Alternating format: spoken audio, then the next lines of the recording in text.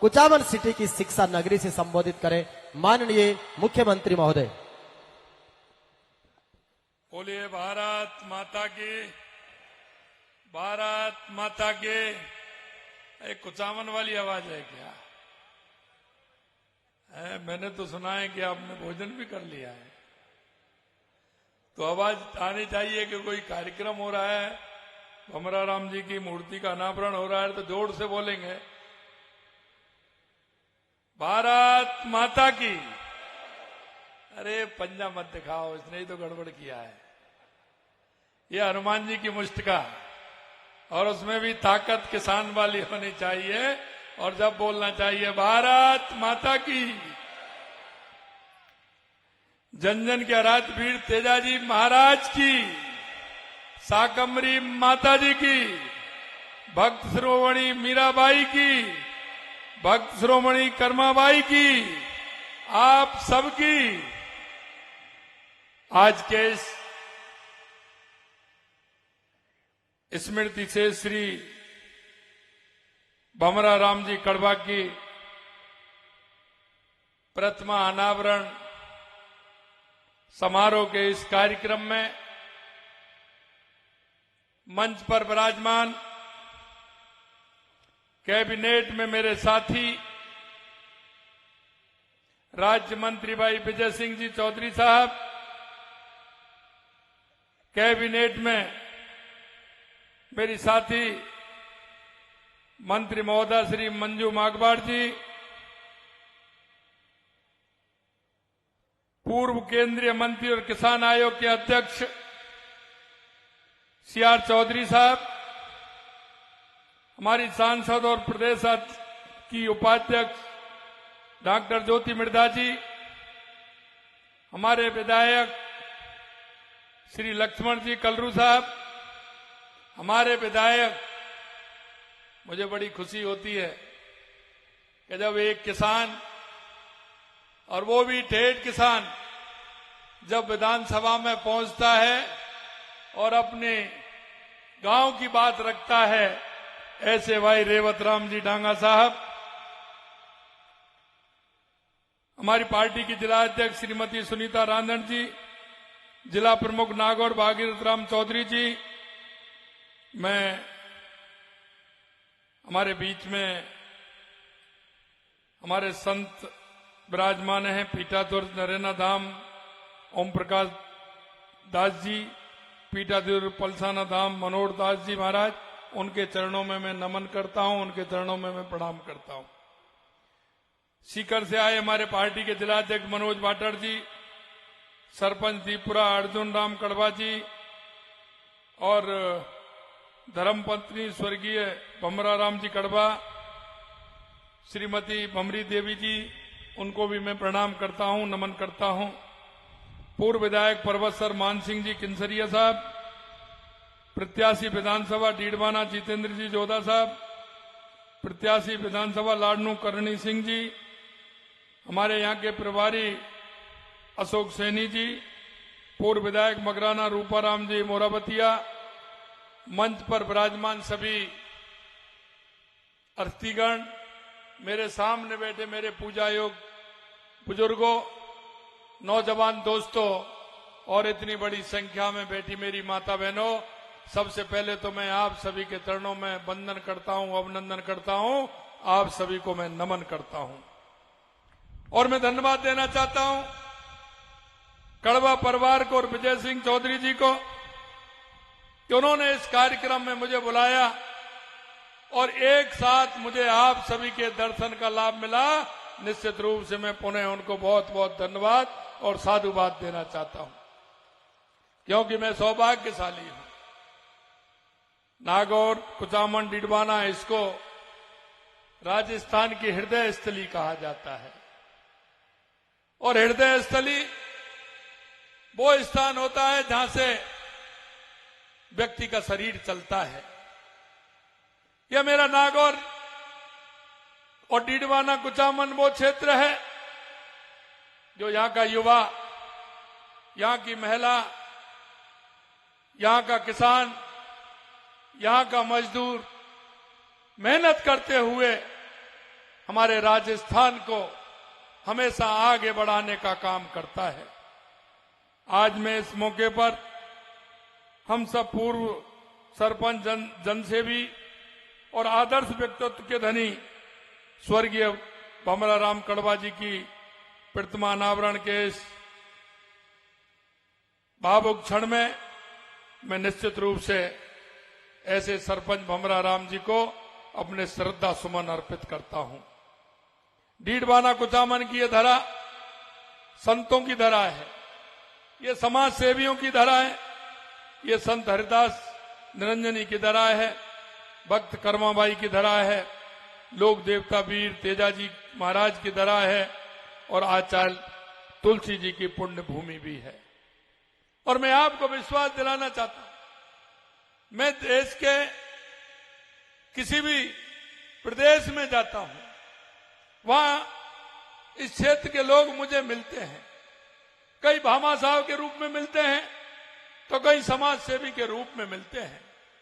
कई बार मैं देखता हूं कि वो यहां से जाए, उनको किसी को 200, किसी को 300 साल हो गए, किसी को 50 साल हो गए, लेकिन मैं ये विश्वास दिलाना चाहता हूं, यहां की मिट्टी की खुशबू ऐसी है कि वो नागौर की और राजस्थान की मिट्टी की खुशबू पूरे देश और पूरी दुनिया में फैलाने का काम कर रहे हैं। मैं ऐसे हमारे यहां के प्रवासी भाइयों को भी प्रणाम करता हूं और नमन करता हूं, क्योंकि यहां की जो मिट्टी की खुशबू है, यहां का उनसे जो लगाव है, उस लगाव को बनाए हुए सामाजिक क्षेत्र के हर क्षेत्र में वो काम कर रहे हैं और भामाशाह के रूप में उद्योगों में भी काम कर रहे हैं।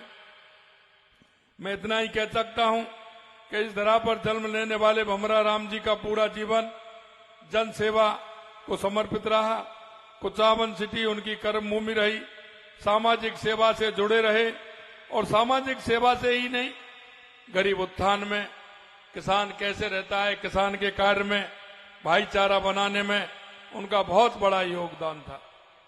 श्री नर नारायण जन सेवा संस्थान को भी उन्होंने पलवित किया है, उसके माध्यम से भी समाज सेवा का काम उन्होंने आगे बढ़ाया है।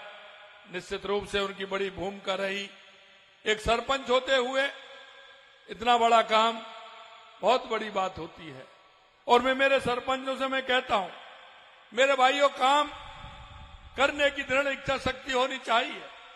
सरपंचों का सम्मेलन था, उस सरपंचों के सम्मेलन में मैंने कहा था कि अगर सबसे बड़ी जनप्रतिनिधियों में कोई ताकत है तो वो सरपंच है। सही माने में समाज सेवा का अवग्रहभान लेकर के अगर कोई भी सरपंच चलता है, लोग उसको आजीवन याद रखते हैं। और सरपंच के बाद जो पावर होती है वो सबसे अलग होती है। मैंने वहां भी कहा और मैं इसलिए कहना चाहता हूं, चाहे हमारा बजट केंद्र की सरकार दे, चाहे राज्य की सरकार थे, वो ग्राम पंचायतों में सरपंच के माध्यम से आता है। सरपंच हमारा विकास की कड़ी होता है। और इसलिए मैं कहना चाहता हूं, सरपंच समय के साथ अपने आप को इतना मजबूत करें कि लोग उनको हमेशा याद करें। हमारा काम समाज सेवा करने का, समाज के अंतिम पायदान पर बैठे उस व्यक्ति को लाभ देने का होता है। इसलिए मैं कह सकता हूं कि सरपंच का पद कोई छोटा नहीं है। सरपंच सबसे महत्वपूर्ण पद है। उसकी गरिमा बनाना, समाज सेवा के क्षेत्र में काम करना हम सभी को बहुत अच्छा लगता है। और मैंने तो सरपंच देखा है, आज भी लोग कहते हैं कि जहां आपने काम कर दिया लोग उसको याद करते हैं। और जनता ऐसी है, वो तुरंत चुकाती है। कभी भी सरपंच रह लीजिए, लेकिन 10 साल बाद भी, 20 साल बाद भी, 25 साल बाद भी आपको जनता उसी नाम से पुकारती है कि ये सरपंच है। और उस सरपंच का नाम देकर के आपको सम्मान देने का काम ये प्यारी जनता करती है और उसी के नाम से वो बुलाती है। मैं हमारी सरकार द्वारा प्रदेश वासियों की सेवा का जो हमने ध्येय मानकर काम कर रही है, हम युवा, किसान, महिला और गरीब जरूरतमंद विशेष रूप से ध्यान देते हुए इनके उत्थान के लिए काम कर रहे हैं। मित्रों, मैं आपसे इतना कहना चाहता हूं, जब हमारी 1 साल पहले सरकार बनी थी हमने ये कहा था कि हमें कहां से स्टार्ट करना चाहिए। राजस्थान की जो स्थिति आपके सामने थी 1 साल पहले, वो आपने देखी है। चाहे युवाओं के क्षेत्र में हो, चाहे किसानों के क्षेत्र में हो, चाहे महिलाओं के क्षेत्र में हो, या मजदूर गरीब के क्षेत्र में हो। हमने कहा राजस्थान का विकास कहां से प्रारंभ करना चाहिए, कहां से वो विकास हो सकता है। ये अब के लिए नहीं, 5 साल के नहीं, 10 साल, 20 साल, 25 साल, 50 साल, आने वाली पीढ़ी भी याद रखे, उस काम को हमें करना चाहिए। जब हमने कैबिनेट की बैठक में हम बैठे, हमारा ये प्रस्ताव के पहला काम ऐसा कौन सा है राजस्थान में होना चाहिए, तो हमने कहा कि राजस्थान हमेशा पानी से जूझा है, या पानी की बहुत बड़ी कमी है। हमने कहा कि राजस्थान में पानी की व्यवस्था किस तरह से हो सकती है। सबसे पहले हमने उस क्षेत्र में काम किया। और मैं मित्रों, ये कह ही नहीं, आपने 1 साल में देखा होगा। मैं ये तो नहीं कह सकता कि कागज की तरह एक साथ नक्शे पर बिछा दें, लेकिन मैं इतना विश्वास दिलाता हूं, आने वाले समय में राजस्थान जो कम पानी के लिए जाना जाता है, राजस्थान का पानी के नाम पर अग्रणी राजस्थान होगा। यह मैं आपको विश्वास दिलाता हूं, क्योंकि किसानों की पीड़ा हम जानते हैं।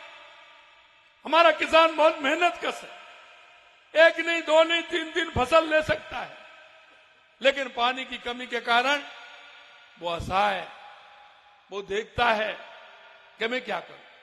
हमने सबसे पहले, चाहे वो हमारी ईआरसीपी हो, हमारा यमुना समझौता हो, चाहे हमारे इंदिरा गांधी नहर से पानी आने वाला हो, जो पोंग डैम से आता है, उसके लिए हमने जो हमारा खाली रहता था उसको कैसे भरें, यमुना से हमारी शेखावाटी के लिए पानी कैसे आए, पूर्वी राजस्थान में पानी कैसे आए।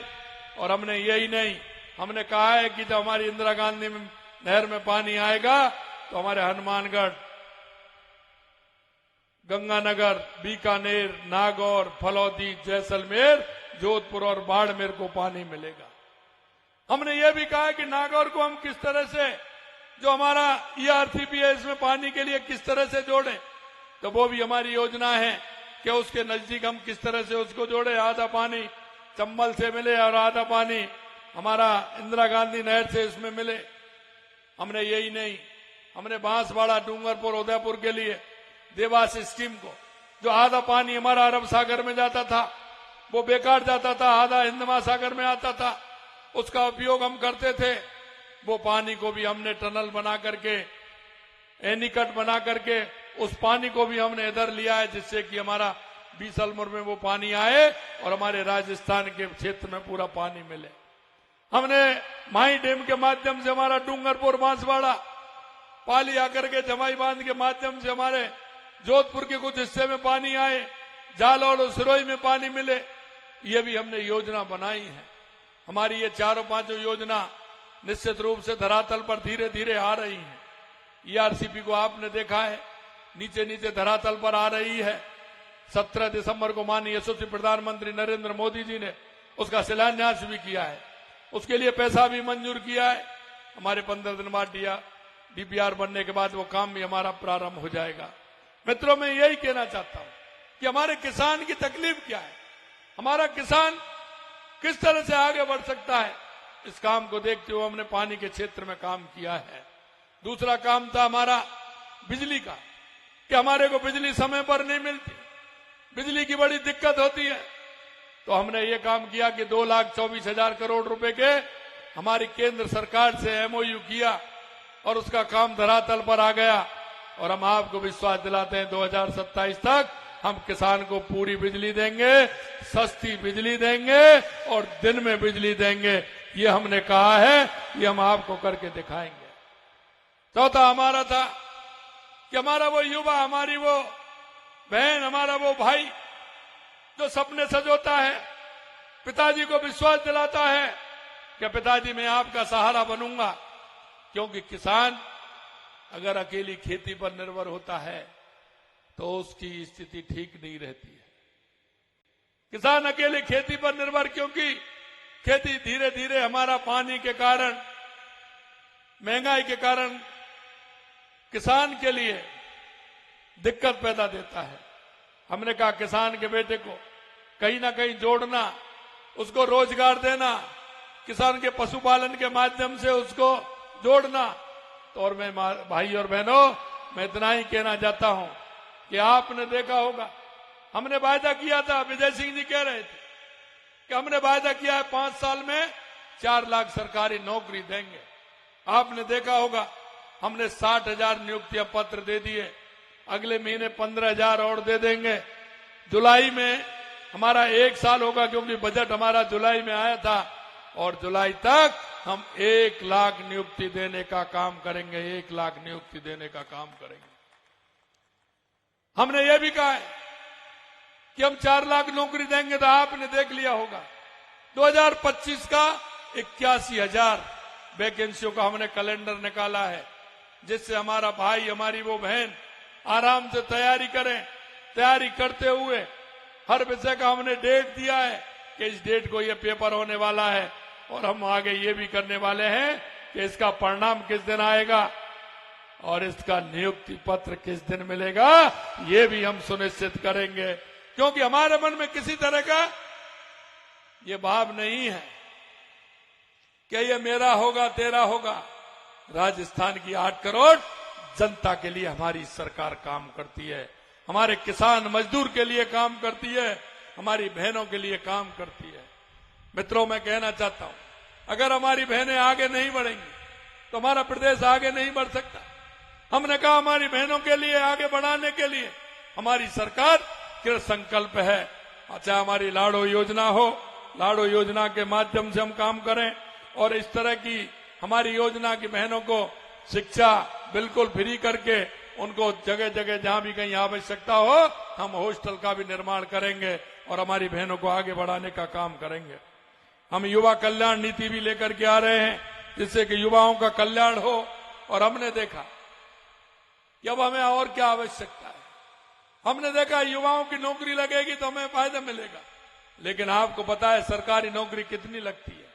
हमने कहा कि राजस्थान के माध्यम से हमारा उद्योग धंधे लगे। हमने हर जिले में जिला स्तर पर राजस्थान भी किया और प्रदेश स्तर पर भी राजस्थान किया, और ईश्वर की कृपा है 35 लाख करोड़ रुपए के उस एमओयू हमारे राजस्थान में हुए। हम हमारे उन लोगों को जो दूर, किसान का बेटा, मजदूर का बेटा जो दूर बैठा है, उसको कैसे फायदा मिल सकता है, इस क्षेत्र में भी हमने काम किया। और उस क्षेत्र में काम करते हुए आपने देखा है कि हम हर क्षेत्र, हर जिले में इस तरह की योजना हमारी बन रही है जो हमारे युवा को उद्योग धंधे मिले। हमने ये भी कहा कि हमारा 10वीं से लेकर के चाहे हमारा ग्रेजुएट है, उसकी हम एक फॉर्म भरवा रहे हैं सभी का। उसकी रुचि किधर है, वो क्या काम करना चाहता है, वो नौकरी करना चाहता है या नौकरी देना चाहता है। हम उस राजस्थान से जोड़ते हुए हमारे ऐसे युवा हमें आगे लाने हैं जो खुद आगे आकर के वो नौकरी दे सकते हैं। हमारे युवाओं के लिए हम खेल क्षेत्र में ओलंपिक में आगे बढ़ने के लिए हमारे राजस्थान का युवा हर चीज में श्रेष्ठ है, उसको भी आगे बढ़ाने के लिए हमारी सरकार काम कर रही है। हमने यही नहीं, हमने भर्ती प्रक्रियाओं के समय पर पूरा करने पर सरल बनाने के लिए भी कई नीतिगत फैसले लिए हैं। कॉमन एलिजिबिलिटी टेस्ट सीईटी की क्वालिफाइड अंक समेत श्रेणियों में न्यूनतम 40% और एसटी एससी के लिए 35% लिए हैं। और उसकी सीमा भी हमने बढ़ाई है कि 1 साल की वजह हमने 3 साल किया है, जिससे उससे लगातार उसको पेपर नहीं देने पड़े। एक पेपर दे करके वो आराम से अपनी अगली परीक्षा दे सकता है और पास कर सकता है। इसके लिए भी हमने काम किया है। भर्ती प्रक्रिया में समय कम लगे, इसके लिए दस्तावेज सत्यापन कार्य के लिए हमने हर विभाग को दिया है। पहले क्या होता था, उसके प्रमाणीकरण के लिए, पेपर जांचने के लिए एक ही एजेंसी काम करती थी। वो कहते थे हमारे पास समय नहीं है, हमने उसको विभाग वाइज दे दिया, जिससे जल्दी से जल्दी उनको करके हमारे युवाओं को नौकरी दे। मैं आपको यही कहना चाहता हूं, आपने देखा होगा हमने वायदे किए, किसानों से हमने वायदा किया कि आने वाले समय में हम आपकी किसान सम्मान निधि बढ़ाएंगे। आपकी किसान सम्मान निधि बढ़ी या नहीं बढ़ी बताइए। देश के यशस्वी प्रधानमंत्री नरेंद्र मोदी जी 6,000 रुपए देते हैं और हमारी सरकार आपको 2 बार में 1,000 रुपए देने का काम हमारी सरकार ने किया है। यही नहीं, किसान की एमएसपी बढ़ाने का काम हमने किया है। हमने ये भी कहा है कि किसान को किसी तरह की दिक्कत नहीं हो, इसलिए मुख्यमंत्री मंगला पशु बीमा योजना भी हमने प्रारंभ की है। मोबाइल पशु चिकित्सा यूनिटों की शुरुआत की है। गौपालक कार्ड भी हमने दिया है। किसान को दिक्कत होती है, क्यों किसान है लेकिन गाय भैंस नहीं होती है तो परेशानी होती है, उसके लिए भी गौपालक कार्ड दिया है कि जिससे हमारे जो आने वाली पीढ़ी है वो मजबूत रहे। क्योंकि अगर किसान के घर में दूध रहेगा तो छाछ भी मिलेगी, दही भी मिलेगा, और उसके जो होनहार हैं वो तंदुरुस्त भी होंगे, भोजन भी अच्छा मिलेगा। अगर हम जानते हैं किसान के घर में दूध होता है तो कम से कम 10-15 सब्जी तो और दूध और छाछ और दही के माध्यम से बनती है, जिससे हमारे किसान को ठीक प्रकार से भोजन मिले और आने वाली पीढ़ी भी हमारी मजबूत हो। यही नहीं, हमने जैसा मैंने कहा बेटियों के उत्थान के लिए लाड़ो प्रोत्साहन योजना, मातृबंधन योजना के लिए हमने काम किया है। और यही नहीं, हमने कहा है कि 1000 आंगनवाड़ी केंद्र भी हम खोलेंगे, और आंगनवाड़ी केंद्र के साथ साथ हमें पता है कि किसान की हालत जब ऐसी होती है तो वो बच्चों को भी नहीं देखता है। क्योंकि आपने एक गांव की कहावत सुनी है कि भूखी बिल्ली बच्चों को खा जाती है।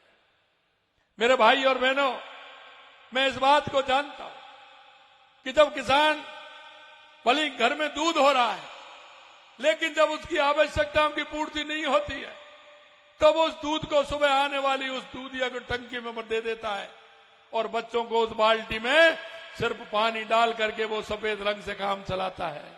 हमने कहा अगर ऐसे हुआ तो हमारे जो नौनिहाल है उनकी स्थिति कमजोर हो जाएगी।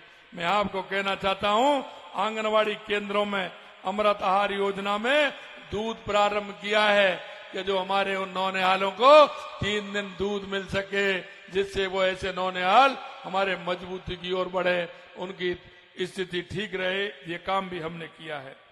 लखपति दीदी योजना के तहत 3 लाख से ज्यादा महिलाओं अब 1 लाख रुपए से ज्यादा सालाना प्राप्त कर रही हैं।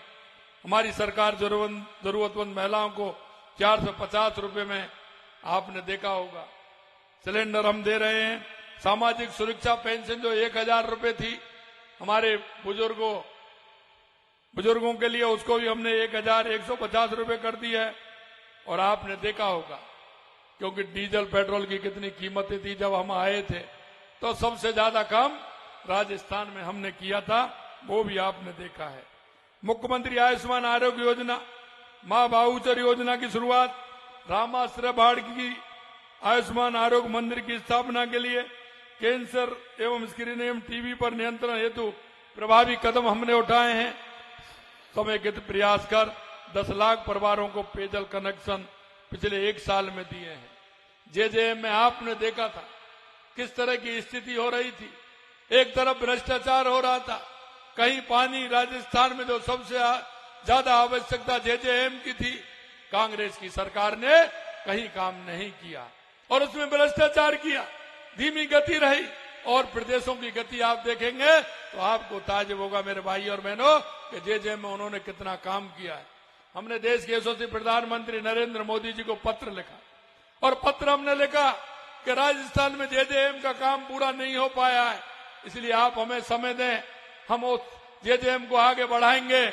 मैं धन्यवाद देना चाहता हूं देश के यशस्वी प्रधानमंत्री नरेंद्र मोदी जी का कि उन्होंने जेजेएम को 2028 तक बढ़ाने का काम किया है। निश्चित रूप से हम हर घर नल से जल पहुंचाने का काम हमारी सरकार करेगी। मैं इतना ही कहना चाहता हूं मेरे भाई और बहनों, हमारी सरकार इस दिशा में निरंतर काम कर रही है कि हर वर्ग, हर व्यक्ति की खुशहाली, उन्नति सुनिश्चित हो। हम हर क्षेत्र में विकास और सेवा की भावना को लेकर आगे बढ़ें। हमारे शास्त्रों में कहा गया है, परोपकार के लिए वृक्ष फल देते हैं, परोपकार के लिए गाय दूध देती है, परोपकार के लिए नदियां बहती हैं, ये मानव शरीर भी परोपकार के लिए है। मैं आपके माध्यम से मैं निवेदन करना चाहता हूं कि हमारे गांव में, हमारे पड़ोस में, हमारे मोहल्ले में कोई भी ऐसा व्यक्ति रहता है जहां उसे आवश्यकता है, कोई भी हमारी बुजुर्ग मां रहती है, कोई दिव्यांग भाई रहता है, कोई ऐसा रहता है जहां उसे केंद्र की और राज्य सरकार की योजनाओं का लाभ मिल सके, मैं आपसे इतना ही निवेदन करना चाहता हूं, हमारी बहुत सारी ऐसी योजनाएं, उन योजनाओं के माध्यम से हम उनको लाभ दे सकते हैं। गरीब को हम पढ़ा सकते हैं, हमारी बहन को हम पढ़ा सकते हैं, हमारे उस भाई को हम पढ़ा सकते हैं। मैं आपसे इतना ही निवेदन करना चाहता हूं, कभी कभी हम देखते हैं बात हम बड़ी बड़ी करते हैं, कभी कभी दिए तले अंधेरा हो जाता है। हमारे पड़ोस में हमारा भाई शर्म की वजह से कह नहीं पाता है, लेकिन आपसे मैं कहना चाहता हूं, आप जाते वक्त निकलते वक्त इन सारी बातों को देखा करें। एक बार चिंता कर लें कि मेरे पड़ोस में ऐसा कौन सा रहता है जिसकी जो आवश्यकता है उसको पूर्ण कर सकते हैं, सरकार के द्वारा पूर्ति कर सकते हैं, सरकार की योजनाओं के साथ पूरी कर सकते हैं। मैं इतना ही कहना चाहता हूं कि ऐसे लोगों को ध्यान में रखते हुए हमें उन योजनाओं को लाभ देते हुए हमारे समाज के अंतिम पायदान पर बैठा अंत्योदय के लिए जो हम जाने जाते हैं, दीनदयाल उपाध्याय जी ने कहा है कि हमारे राष्ट्र का विकास जब होगा, हमारे देश का विकास जब होगा, जो अंतिम पंक्ति में जो खड़ा है उस व्यक्ति को हम आगे ला करके उसको सम्मान दिलाने का काम करें और उसको आगे बढ़ाने का काम करें। मैं इसके साथ ही इतना कहना चाहता हूं, कई आपने देखे होंगे 70 साल से इस देश में राजनीति चल रही है, लेकिन उस गरीब की सुनने वाला कोई नहीं। मैं आपको इतना ही कहना चाहता हूं, ये हमारी सरकार गरीब के लिए, किसान के लिए, महिला के लिए, युवा के लिए कृत संकल्प है। हर योजना से आगे बढ़ेंगे। योजना के साथ साथ आप अगर उस व्यक्ति को बताएंगे किसी काम की आवश्यकता होगी, पिछली बार आपने देखा है, मैं वो भी बताना चाह रहा हूं कि हमने डीडवाना कुचामन जिले में प्रमुख जो घोषणाएं की हैं, और वो 1 साल के अंदर, यही नहीं 1 साल के अंदर हमारी जितनी भी जमीन के अलॉटमेंट थे वो हो गए, उनकी वित्तीय स्वीकृति निकल गई, 99% जमीन अलॉट हो गई।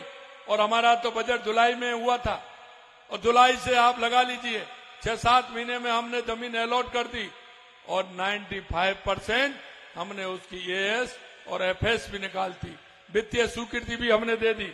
हमारी सरकार ने डीडवाना कुचामन के विकास के लिए पिछले बजट में ढेरों सारी घोषणाएं की, जो आज हमने उनको धरातल पर उतारने का काम किया है। लोग घोषणाएं कर देते हैं, कह देते हैं। मैं आपसे यही कहना चाहता हूं, अगर एक भी घोषणा अगर हमने की है पिछले साल की, तो आप उनको लेकर के आइए कि वो धरातल पर नहीं उतरी है, उसकी स्वीकृति नहीं हुई है।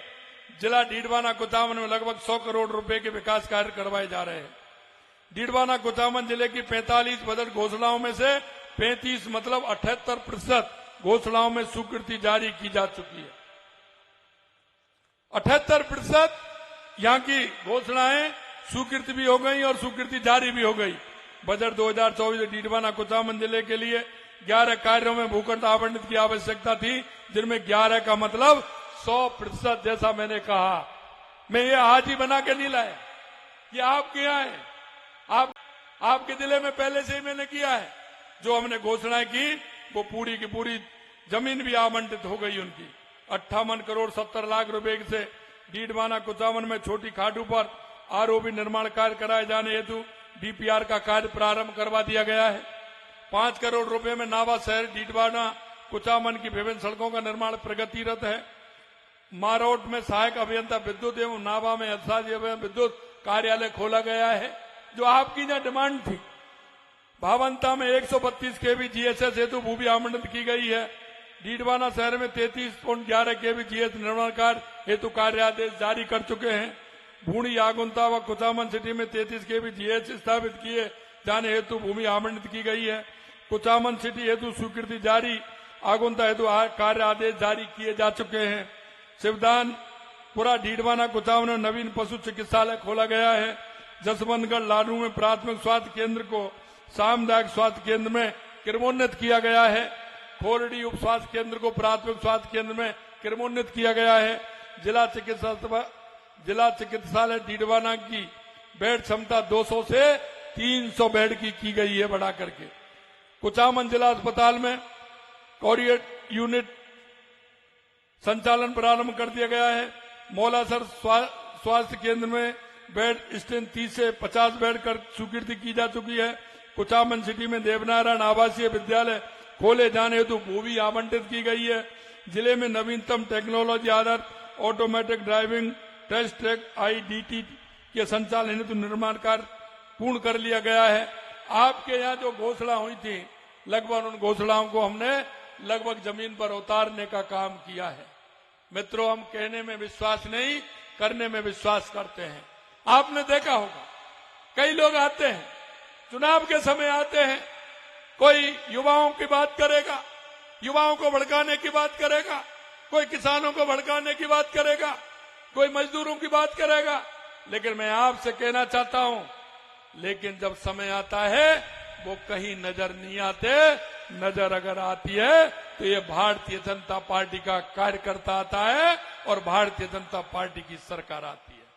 इसलिए मैं आपको यह विश्वास दिलाना चाहता हूं, आपने जिस विश्वास के साथ, जिस उत्साह के साथ प्रदेश के अंदर भारतीय जनता पार्टी की सरकार बनाई है, हम ये कह सकते हैं कि आपकी भाव और भावना के अनुरूप हमारी सरकार काम करेगी। और आपने देखा है, जो संकल्प पत्र हम लेकर के चले थे, उस संकल्प पत्र में हमने 1 साल हुआ है, हमने 50 से 55% हमारे उस संकल्प पत्र के वायदों को हमने पूरा किया है। आज मैं इस मौके पर पुनः आप सब इतनी बड़ी संख्या में आए, आप सभी को मैं धन्यवाद देता हूं और यही विश्वास दिलाना चाहता हूं कि आप चिंता मत करिए, क्योंकि मैं किसान की, मजदूर की, युवा की, महिला की तकलीफ को मैं जानता हूं। एक किसान होने के नाते और किसान होने के नाते एक मैंने सरपंच भी मैं रहा हूं, तो उसमें मैंने देखा है, मैं कहता हूं हमेशा, ईश्वर गरीबी किसी को नहीं दे, ईश्वर गरीबी किसी को नहीं दे। हमें उसकी कभी उपहास नहीं करना चाहिए उस व्यक्ति का, कभी हमें उसके देख करके हमारे मन में यह भाव जागृत होना चाहिए कि ये पहिया है साइकिल का, ये कभी ऊपर कभी नीचे, ये चलता रहेगा मेरे भाई और बहनों। लेकिन हमें हमारे जिनको आवश्यकता है और आवश्यकता की पूर्ति करने के लिए जब तक समाज खड़ा नहीं होगा, जब तक हमारे राष्ट्र का उत्थान नहीं होगा। सरकार की योजनाओं को पहुंचाने में आप सभी का बहुत बड़ा योगदान है। हमारी उन सरकार की योजना नीचे तक उस गरीब को लाभ मिले, इसकी चिंता आप सभी को एक प्रदेश का नागरिक होने के नाते, देश के नागरिक होने के नाते हम सभी का बनता है। और मैं आपसे यही इच्छा और अपेक्षा करता हूं कि राजस्थान को आगे बढ़ाने के लिए, विकसित राजस्थान के लिए, देश के यशस्वी प्रधानमंत्री नरेंद्र मोदी जी के उस विजन से जुड़ने के लिए हमारे प्रधानमंत्री जी कहते हैं कि हमारा देश 2047 तक विकसित भारत बनेगा, दुनिया का सिरमौर बनेगा। और आप देख रहे हैं कि दुनिया का सिरमौर 2014 के बाद इस देश के अंदर परिवर्तन आपने देखा है कि किस तरह से इस देश के अंदर देश के यशस्वी प्रधानमंत्री नरेंद्र मोदी जी के नेतृत्व में जो परिवर्तन आपने देखा है, शायद 70 साल में आपने नहीं देखा होगा। हम यही मैं आपसे निवेदन करना चाहता हूं।